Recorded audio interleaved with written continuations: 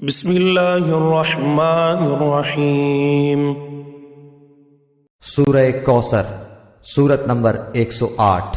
شروع کرتا ہوں اللہ تعالیٰ کے نام سے جو بڑا مہربان نہایت رحم والا ہے۔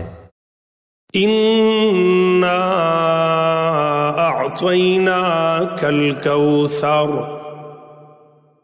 یقیناً ہم نے تجھے حوض کوثر اور بہت کچھ دیا ہے۔ کوثر کے لفظی معنی ہے بہت زیادہ بھلائی، اور کوثر جنت کی اس حوض کا نام بھی ہے جو حضور اقدس صلی اللہ علیہ وسلم کے تصرف میں دی جائے گی، اور آپ کی امت کے لوگ اس سے سیراب ہوں گے۔ حدیث میں ہے کہ اس حوض پر رکھے ہوئے برتن اتنے زیادہ ہوں گے جتنے آسمان کے ستارے۔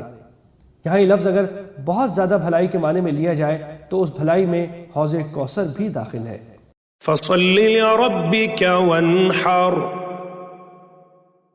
پس تو اپنے رب کے لیے نماز پڑھ اور قربانی کر۔ ان شانئک هو الابتر،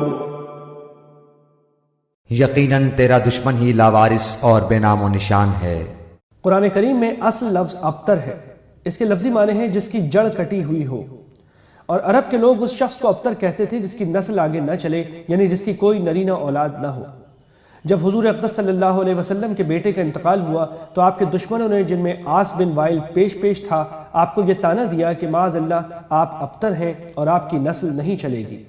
اس کے جواب میں اس آیت نے فرمایا ہے کہ آپ کو تو اللہ تعالیٰ نے کوثر عطا فرمائی ہے، آپ کے مبارک ذکر اور آپ کے دین کو آگے چلانے والے تو بے شمار ہوں گے، ابتر تو آپ کا دشمن ہے جس کا مرنے کے بعد نام و نشان بھی نہیں رہے گا۔